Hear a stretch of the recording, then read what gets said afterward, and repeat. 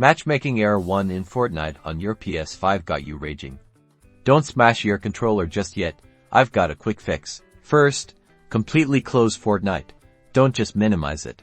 Press the PlayStation button, highlight Fortnite. Press the Options button on your controller, which is the button with 3 horizontal lines, and select Close Application. Confirm the closure. Next, let's check your internet connection. Head to your PS5 settings, then navigate to Network. Select Test Internet Connection. Make sure your internet connection is stable and that you're connected to PlayStation Network. If you see any errors here, troubleshoot your internet before continuing.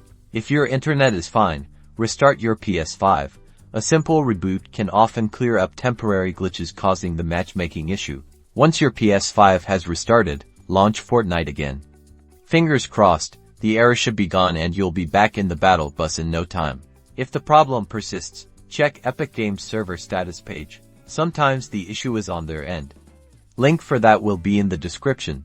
Good luck, and get back in the game.